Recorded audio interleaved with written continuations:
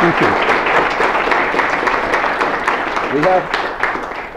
We make our charts or our posters for the symposium series, and then we make a smaller one which we'd like to give to the thank you so much. You're welcome. And we also have given Dr. Miller my favorite toy, one of the green laser pointers. So if any of you fall asleep, watch for a dot between your eyes. Thank you. So thank you so much for coming. And appreciate it. Thank you. Looking forward to your speech. Thank you so much for the invitation to speak down here. I hear a lot about UVU from my friends and associates and some of my former students. And by the way, this green pointer is really cool because my last talk I was telling them I was using a construction level for my laser because my other one burned out. So here's what I want to do today.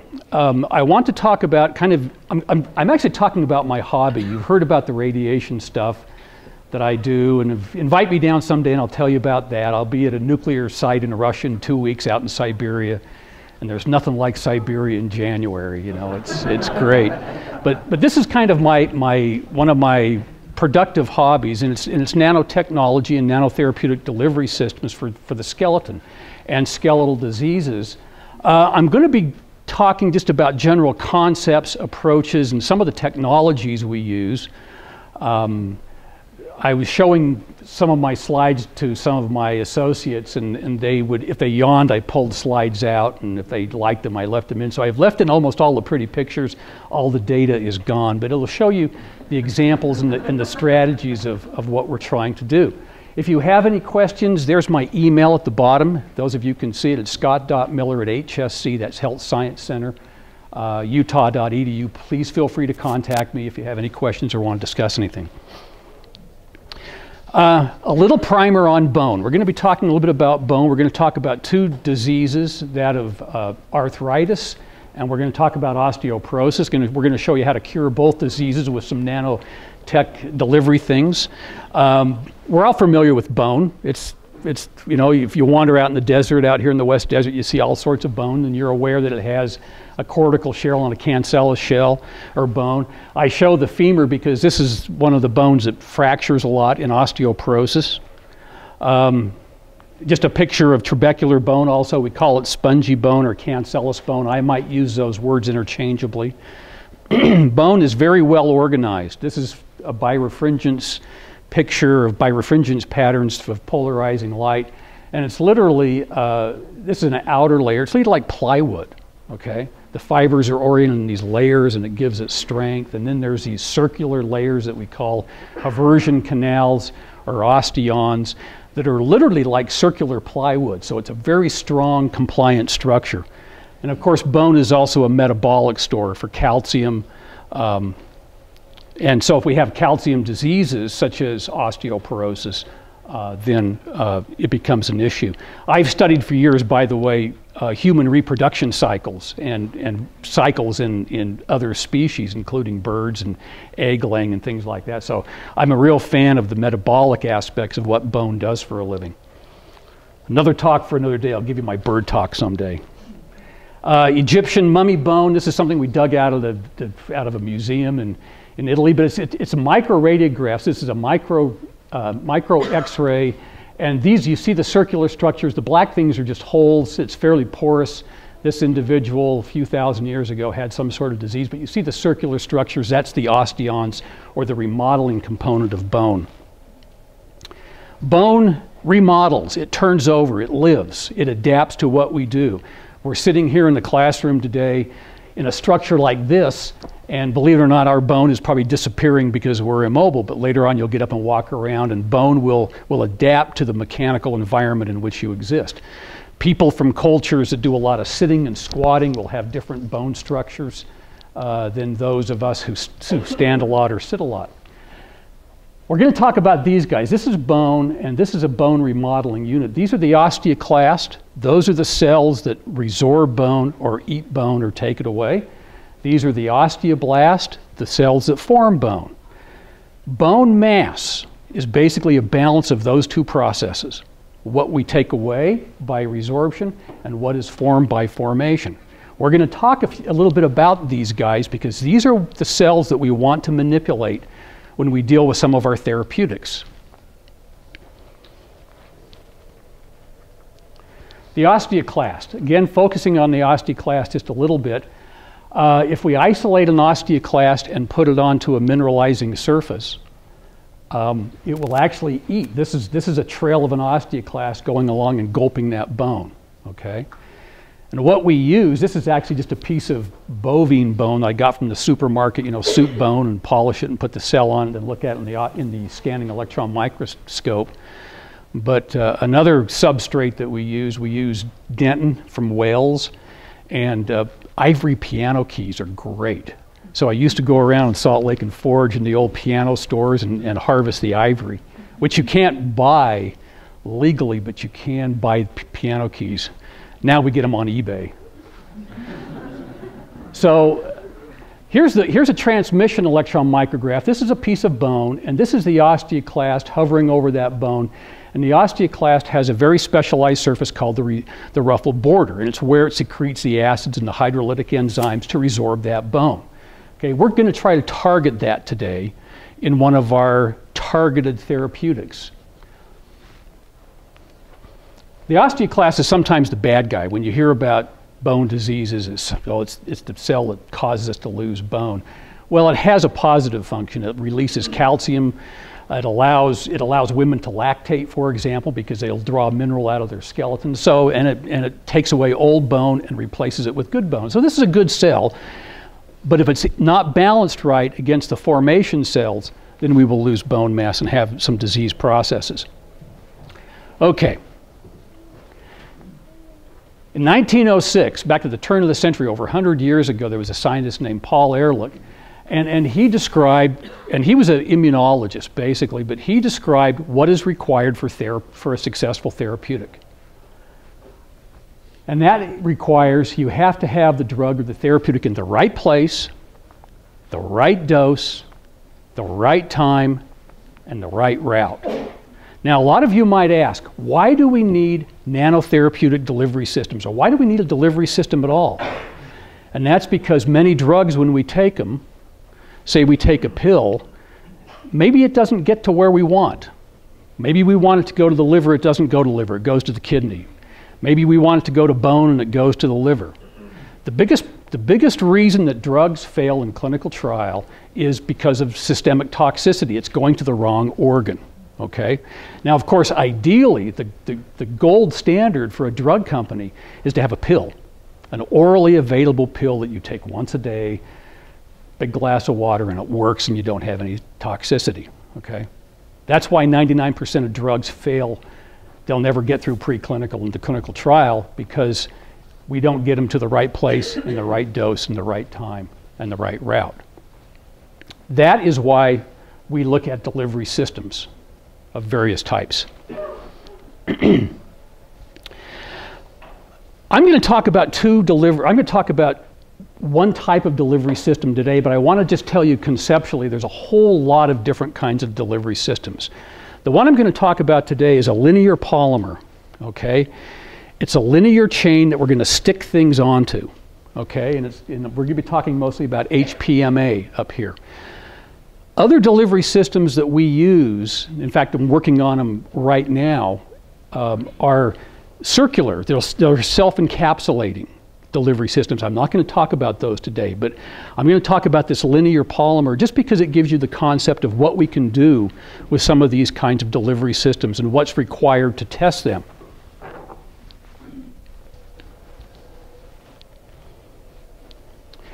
This is the therapeutic construct of HPMA. And let me tell you just conceptually what we're trying to do. We have this linear polymer, okay? And like I say, sometimes we take these substrates and we make them form into self-encapsulating molecules, like a lipid, a liposome. We have some other self-assembling molecules where we might want a drug on the inside and then stuff on the outside, okay? But in this linear polymer, the nice thing about the chemistry of this is we can stick things on it, okay? And we can also adjust how big it is, and how the size is going to make a lot of difference in where it goes because of how it's going to get through the blood system and vessels. So basically the concept is we're going to take this linear polymer and we're going to stick various things on here. Targeting moieties, drugs, perhaps imaging agents, detection molecules. Now, let's put a drug on here. Okay, we put a drug on here.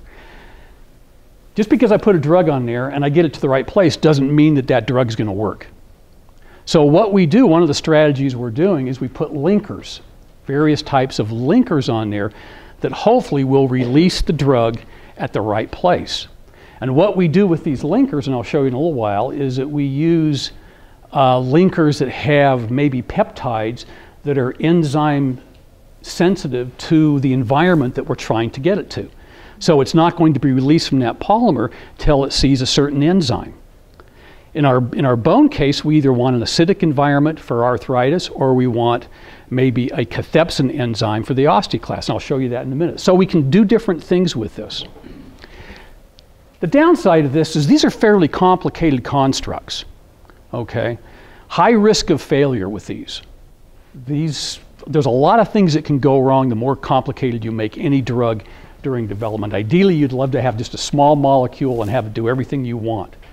But here what we're doing is trying to use molecules that would otherwise not be useful. Here are some of the things that polymers or other delivery systems afford us. Provides an attachment for multiple drugs and targeting agents. We might have, there's a lot of drugs that are hydrophobic. They just simply don't absorb, they don't mix.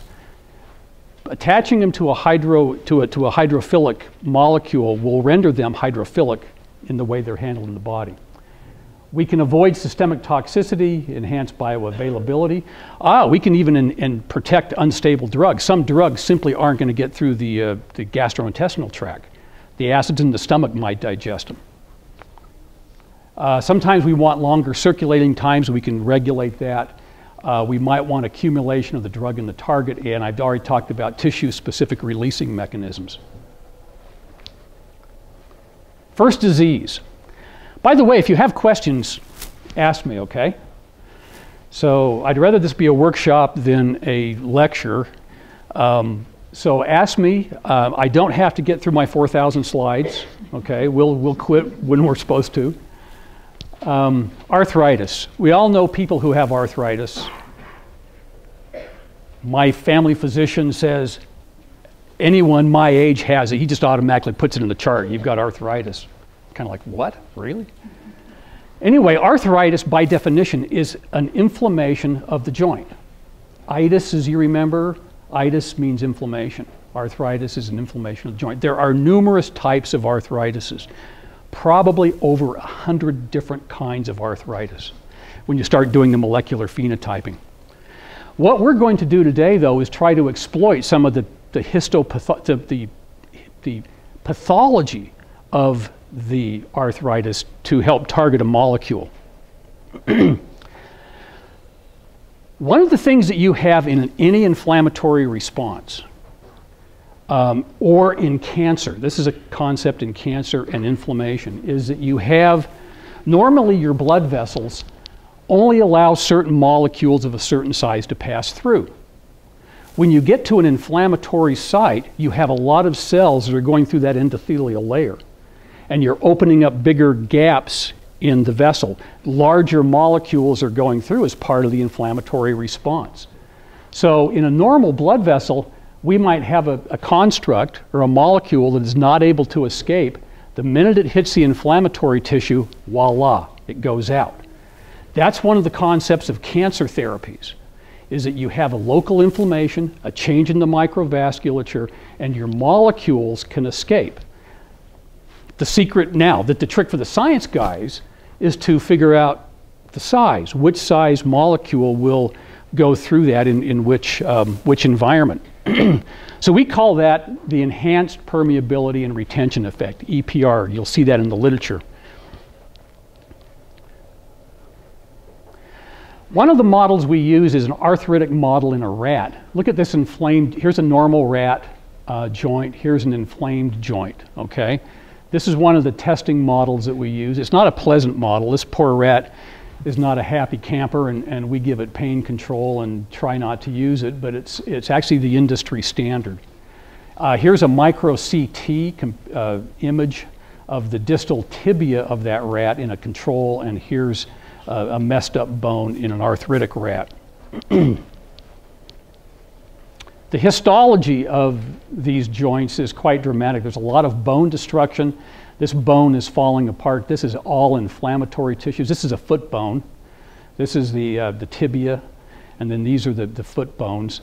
And then over here you see a lot of scalloping on this bone surface. Those are all big osteoclasts that have just come in. They're just, the inflammatory environment is promoting rather extensive and rapid bone loss, just like we have in humans. Okay, here's the first construct that we're going to make for treating an inflammatory disease like arthritis. We don't have a drug yet, so we're going to put on a surrogate drug. That'll be a marker, a fluorochrome marker that we can detect, some sort of detection molecule. Arthritis is an inflammation. Inflammatory tissues characteristically have a low pH. It's an acidic environment with a lot of hydrolytic enzymes in that environment. So let's put a linker on there that's sensitive to acid. So it'll hit that acidic environment and be released. And let's stick them on HPMA, and let's try to make this molecule the right size. So it's big enough not to escape normal vessels, but small enough to get into, or the other way around. Small enough to actually get out of the inflamed vessels. Okay, let's see what happens when we do that. For those of you who like chemistry, the first thing we're going to do in this experiment, this is HPMA. In this experiment, we used magnetic resonance imaging as our detection moiety, MRI. And MRI requires a detection molecule. We use gadolinium, chelated gadolinium, stuck it on here, and we compared it against OmniScan, which is a chelated gadolinium without the HPMA.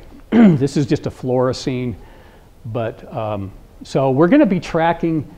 This fluorescein is our surrogate drug. This is our pretend drug. This is our imaging agent. And we're going to put that into some of these animals that have that have a disease. Let me tell you how this was done.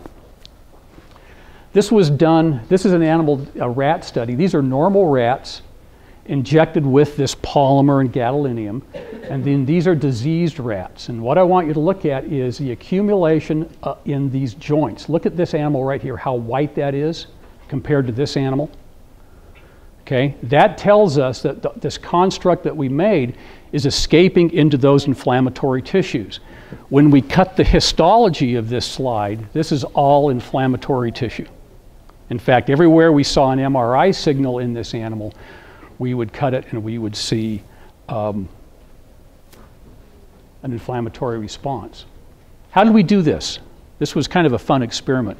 This was done at 3 o'clock in the morning at the University Hospital emergency room between auto-wrecks, okay? Or whatever, or fist fights in bars. And literally we used the guys in my department build these little small coils for necks and wrists to look at MRI of vessels. Because you've seen an MRI machine, it's huge.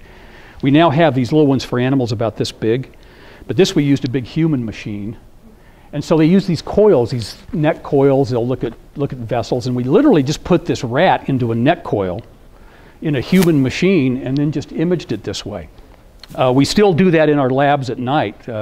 When the humans leave, the animals and dogs and the veterinary clinic uses our machines from about 6 o'clock to midnight to do dogs and cats, and it's part of our service to the community.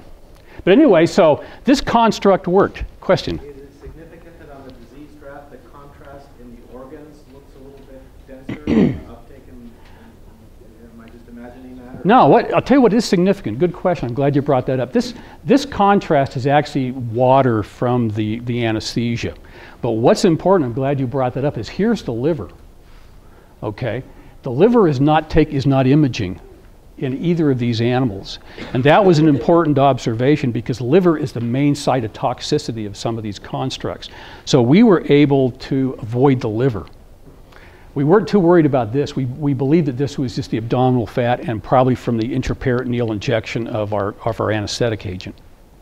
But liver, no liver binding, which was good. Okay, we'll move on. Just a higher resolution. The inflammatory regions around the joint. You can see the bone. The bone is dark. You can actually see that little growth plate right there in the rat. So you know this is a little tiny bone. It's a pretty nice image for such a small structure. There's other ways we do pharmacokinetics, and I just wanted to show some examples. One is called Spec Imaging using radioactive iodine. SPEC stands for Single Photon Emission Computed Tomography. It's a big word, okay? But it's basically looking at the radioactive decay as to where. So we track that using a radioactive label. Sometimes one of the emerging fun technologies is PET imaging, positron emission tomography. It's used a lot in cancer research. There's some PET scanners now down here in clinics. Here, the University of Utah has a cyclotron where we spin off the isotopes and service the Intermountain West. But we actually are doing real-time bone metabolism studies in live animals using various isotopes, in this particular case, fluorine-18. Real briefly, since I'm a radiation guy, I'll tell you how this works. Positron emission emitters emit 2 gamma rays when they decay, and they go in opposite directions. Poof, they go in opposite directions. So if you build a big coil around your source, and you say to your computer, whenever this thing hits, when you have one completely 180 degrees also hit, a signal, bingo, draw that line, and then now do that all the time, and you literally create a 3-dimensional image of where that isotope is. They use this a lot in breast cancer research, or in breast cancer diagnosis and imaging, and other cancers, and they, more often than not, now they'll combine it with a CT. But that's how PET imaging works. You'll hear people talk about it, particularly if they're going in for cancer diagnoses or detection. We now have a micro PET at the university where we do animals. I had one for a couple of years before that I borrowed from the University of California. So it's a fun technology. You'll see more about it in the future. It's probably one of the fastest emerging diagnostic modalities. So if I was a young student and you're interested in imaging, put PET in the back of your mind, okay? It's a hot area in medical imaging right now. Okay, let's now make a construct that works. Let's now see if we can treat the disease. For the drug, let's use dexamethasone. Dexamethasone is kind of the gold standard. It's a glucocorticosteroid, or it's a synthetic glucocorticosteroid. They use it by the boatload for all sorts of inflammatory diseases. So let's now make our drug, or make our polymer, stick on dexamethasone, and here's the chemistry. Here's dexamethasone. We're going to put an acid cleavable hydrazone bond here. We can put targeting moieties here if we wanted to. So we're going to take that construct and now see if we can start treating arthritis in our experimental model. Let's see if this works. This is a microcomputed CT image of, this is a rat that had the polymer and dexamethasone. This one just had dexamethasone alone. See all the holes and the surface roughness compared to this? And this is just after a few days of treatment. You're going to see this image change here in just a minute. My friends up at Numura Imaging in Salt Lake they just did a new surface analysis for roughness. You can see how this diseased foot.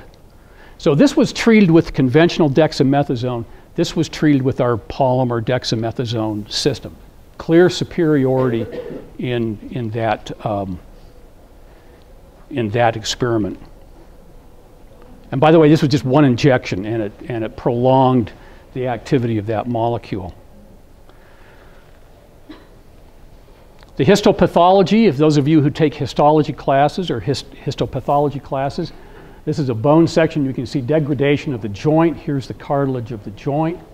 In an untreated animal, but with our polymer and dexamethasone treatment, we maintain the joint anatomy, and that's very important in arthritis. Same thing with the The histology, we suppress the osteoclast. This is just the regular dexamethasone, and then this is with the dexamethasone HPMA. Some numbers. This is another technique that we use called dual X-ray absorptiometry, okay? When you go in for a bone scan, bone density scan, this is the technique. It's called dual X-ray absorptiometry. You're shooting an X-ray through the bone, you're looking at how fast it absorbs, and that's a function of the mass, which is mostly calcium and hydroxyapatite. In this particular case, we use a little tiny DEXA machine. It's just about this big, unlike the big bed one that you lay on for a whole body. And then we put the mouse on it or the rat, or you can put your arm on it or whatever. And this is just an image of the ankle joint, and we get better preservation using our polymer, okay? So we basically, with all of this, there was proof of principle that the arthritis, that this HPMA system works in arthritis. Let me just tell you what transpires in the world, in the practical thing. There's probably 7 or 8 years of research that I just showed you, including several patents that were filed.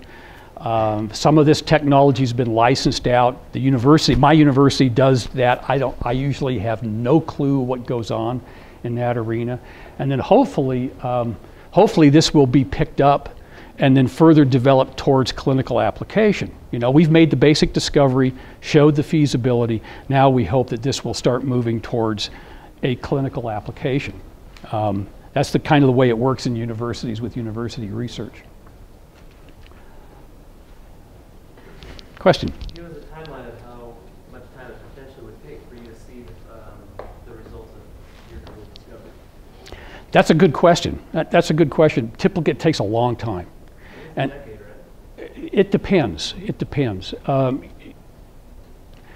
It depends on the HPMA has already been used in the clinic, so it's already approved by the FDA.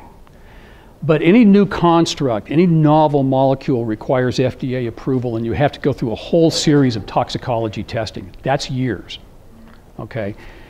They require for drug approval efficacy data in the appropriate experimental models and toxicology data, particularly toxicology data, and toxicology data is usually where it fails. Whether or not a drug company might pick it up is oftentimes driven by cost.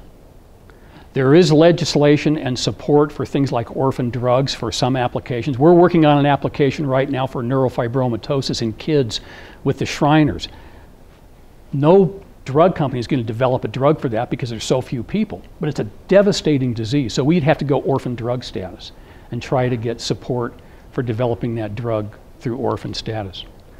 Sometimes drugs go through pretty fast, depending on kind of what the disease is, what the data is.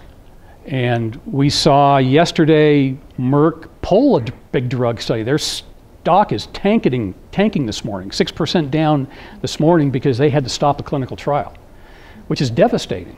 And they're into it probably 10 years and probably hundreds of millions of dollars. But good question. You know, it's a long process. Some products go faster than others. Drugs are typically slow. If you're an engineer and doing devices, that's a lot faster. It's a different ballgame. Or if you do dental stuff, believe it or not, dental stuff gets through pretty fast too.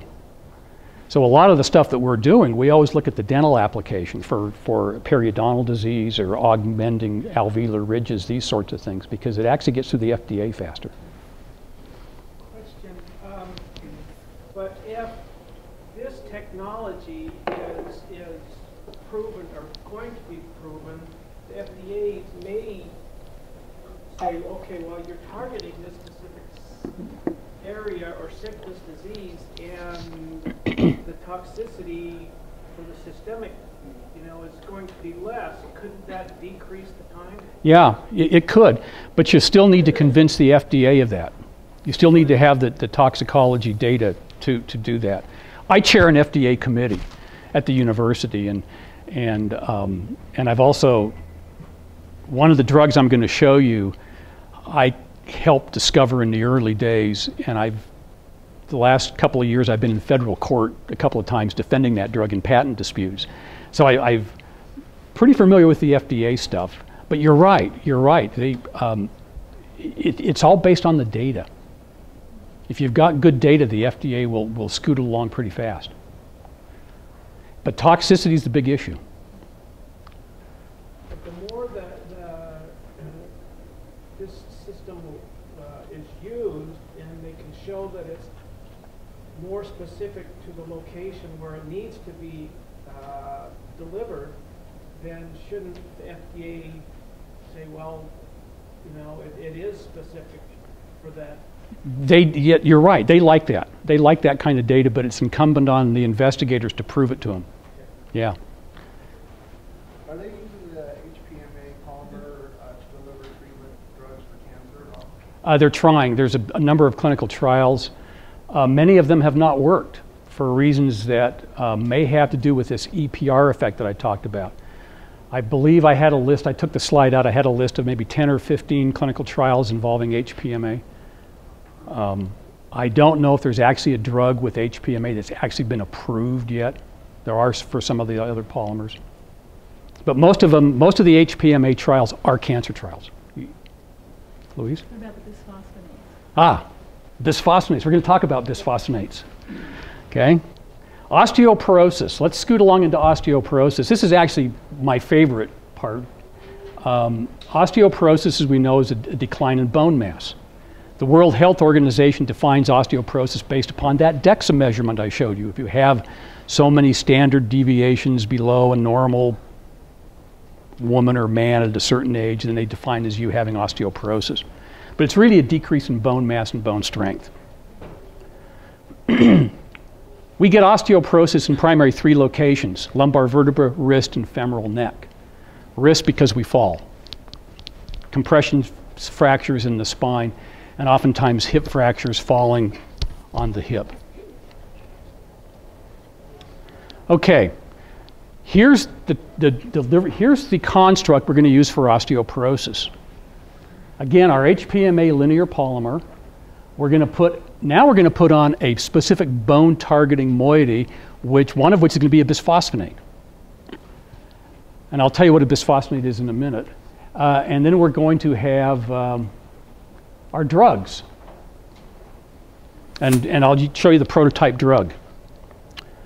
Let's just skip that. We talked about that. Here's two targeting moieties. One is a bisphosphonate. This is a alendronate. This is Fosamax. This PCP bond is what defines a bisphosphonate. How often in nature do you see a carbon sandwiched in between two phosphorus molecules? You see an oxygen, think about it. You don't. Okay? So this is an analog of pyrophosphate, but it's stable, okay? When I started working on these bisphosphonates when I was a graduate student, these were water softeners. They were used to take stuff out of your air filtering systems, your water filters. These are chelators. Guy walked into my lab when I was a beginning graduate student, had me a vial, and he says, try this stuff. It's a water softener. We put it in a rat, and we just couldn't believe what we saw. No one believed me for a couple of years. In 1970, in the mid-70s, I published a paper and said, these things may be useful for osteoporosis. And at that time, you never patented anything, didn't even think about it. Merck or Gentili got the patent for Fosamax later, just went generic last year. Probably half the older women and men in Utah Valley take it. But this is a alendronate, okay? This is the core. This binds to bone. This has some biological activity that's still kind of poorly defined. But this little side chain allows us to do some attachment. But this has a high affinity for bone mineral. That's why bisphosphonates work so well. We also were using D-aspartic acid, octapeptides of D-aspartic acid, and we found there's a real surprise that we found with using these two targeting moieties. The surprise was this. When we used D-aspartic acid, and here I have a fluorescein labeled D-aspartic acid polymer. This is bone. This faint label here is actually a tetracycline label. Tetracycline goes to bone, and it fluoresces. which is why they don't give it to kids, because it stains their teeth. If you see a kid with stained teeth, put them under a UV light and it should fluoresce. It's a great Halloween trick. But if they did, but that child would probably have a lawsuit against the pediatrician for prescribing it. That's why they don't prescribe it to kids, because you get these nice fluorochrome patterns in your teeth. The surprise was, we know that bisphosphonates go to bone. The surprise was, see how these surfaces are irregular? These are resorption surfaces. We made the discovery, we weren't expecting this, that the diaspartic acid goes primarily to resorption surfaces where we have those osteoclasts. Bisphosphonates go to both surfaces, but primarily formation surfaces. So now we have targeting moieties that we can pick what the disease. If we have a disease like cancer metastases, osteoporosis, and we want the targeted drug specifically to those metastatic sites, we might want to pick diaspartic acid. If we want a more general targeting, we'll pick a bisphosphonate. Okay? So that's what we're currently working on right now. We use a technique called confocal microscopy to actually see if the osteoclast, these are osteoclast and multinucleated cell, and this is our drug actually being ingested inside the cell. This becomes important because our releasing mechanism is an enzyme specific to this cell. It's called cathepsin K. So we want the drug to go in, cathepsin K to see it, to release it, and then to do whatever it needs to do to inhibit the activity of these cells for osteoporosis or cancer metastases. Here's our construct. You've seen this, you're probably bored of this. Our targeting moiety, in this case it'll be a bisphosphonate or an aspartic acid, our linker, and then our drug. The linker, cathepsin K sensitive. And it's basically just a sequence of amino acids that we know the cathepsin K works on. Okay, it's just 4 amino acids. I can't remember what they are. Norleucine, proline, glycine, I think. The drug, the surrogate drug we use is prostaglandin. If you've ever had a class in inflammation or histopathology, you've probably heard about the prostaglandin cascade, and it's an evil inflammatory mediator. Okay, it causes a lot of nasty things in theory. But when you give it at the right place at the right time, it turns out to be profoundly anabolic. Okay? And we've known this for probably 40 years.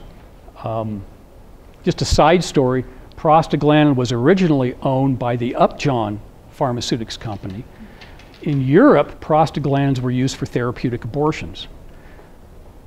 Mother Upjohn was so appalled that this drug that they had that had some really potential uses might be used for therapeutic abortions. She demanded it be put on the shelf, and it was never studied, even though a Nobel Prize was given for this, for the discovery of prostaglandins. As you might imagine, it was discovered in the prostate gland, and that's why it's called prostaglandin. A bunch of radiologists in the 60s noticed that children, if they have what's called patent ductus arteriosus, the vessels don't close in the heart, they'll be given a shot of prostaglandin, and it will constrict that heart muscle. Great cure. They noticed later that these kids had proliferation of bone. So we know that this is a powerful bone-forming agent. Okay? So powerful that we can, here's a dog mandible. We can literally double the size of the mandible in a couple of weeks. Won't go through these. Briefly, we use an FDA model. It's called an overectomized rat. Okay? The overectomized rat, ovariectomized rat, is a rat that's had its ovaries taken out. And what are we trying to do when we take the ovaries out? What hormone are we going to wipe out? Estrogen. Okay? Estrogen. Menopause, right? That's the FDA model. And what do rats do? They actually lose bone, just like females do. And men do too, by the way. We lose estrogen too, by the way. We use, in our bone studies, we use fluorochrome markers. Bone's a great tissue. It's like looking at archaeology, because you can label it and it forms and you get these deposits. So we can give a tetracycline label on Tuesday. I can come back a month later and look at all the bone that's formed above that and know that that sediment, that bone, I can measure it and say that's the bone formation rate. That's what we do. It's called Histone Morphometry. So these are some fluorochrome markers. Maybe this was given January 1st. Maybe this one was given January 10th. So I can say, well, that much bone was formed in those 10 days and actually come up with what's called a bone formation rate. They do that in humans sometimes. If they need to, they'll do a biopsy, do some tetracycline, and do a iliac crest biopsy. But that's how we measure some of how these drugs work. In terms of bone formation rates, if we use the polymer plus our prostaglandin in that model that I just described, we get a profound increase in bone formation, which was kind of exciting. What was particularly interesting to me is that this is a piece of bone, and here's a resorption surface. It's kind of scallopy, but see that green band? That's my drug. I put a fluorochrome marker on it. That's my drug, and it's going to these resorption domains with that D-aspartic acid. And when I later gave tetracycline, which are the yellow markers, look where I was forming bone. I was forming bone, new bone, right over where I had deposited my drug. Here's another example. New bone on top of my drug. So now we have a system that we can target lytic lesions in the body, be they cancer, osteoporosis, inflammatory diseases, and in theory, we'd like to believe that we can put new bone back where it's specifically been resorbed, okay? If you're an engineer, you know that things break in the weakest point, right? The weakest point is oftentimes these resorption domains where they erode the bone and that's where it breaks. So if we can build it back and build the strength back, then we've improved our skeletal structure. Okay, I'm going to finish up here real fast. I think I've kind of already summarized this. Obviously, this has a lot of applications for implants, fracture repair, imaging, diagnosis. What we're doing in the future, what we're doing right now, I just got funded by the U.S. Army for doing exactly this with another construct for breast cancer metastases to bone. So I have a chemist. He's actually lives here in Orem, and he sent me an email a while ago. His furnace broke, and so he's staying home today to fix his furnace. So he should be up synthesizing this, but he isn't. We're working on MRI imaging constructs that'll tell us about diseases. There's a term you might hear in the future, the students may hear this in the future, called theranostics. Okay, it's the ability to both provide a therapy and a diagnosis or status of a disease with the same molecule. And that's what we're trying to do with imaging. We can give an imaging agent that will both be a therapy, but as we image that agent, it tells us about what the disease is doing, what the activity is. So it's kind of really cool. It's really neat stuff. We have a student working on fracture repair, specifically trying to accelerate fracture repair, particularly in situations like fracture non-unions. I mentioned that we're working with the Shriners people on these really awful pediatric diseases associated with some of the genetic disorders. We're working with neurofibromatosis. I just mentioned cancer metastases. So that's what I'm kind of working on now. The constructs that we're using, we're now trying some different, rather than these linear polymers, we're now trying some self-assembling molecules that still have the same targeting functions. So they'll still be the same kind of concept, and we have to see if they work.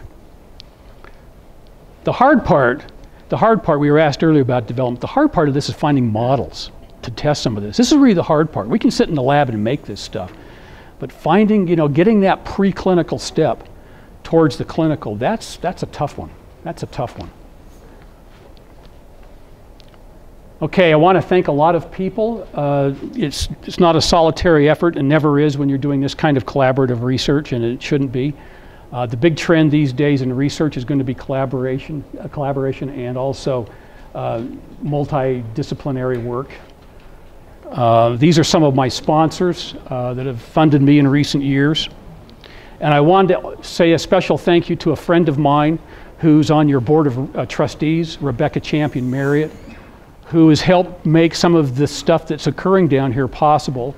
John Champion's a good friend of mine, and I've worked with him many times in these fishing boats to help us identify donors and scholarships for education, and they seem to be stepping up to plate, and I wanted to just acknowledge them and their role in UVU's activities. Thank you. I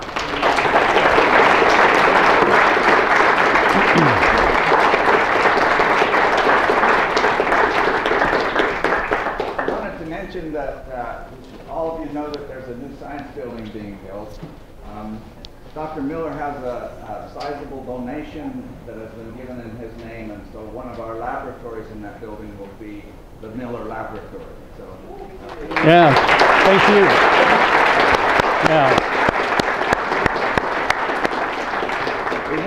We can have time for a few questions, but why don't those of you who need to leave right now?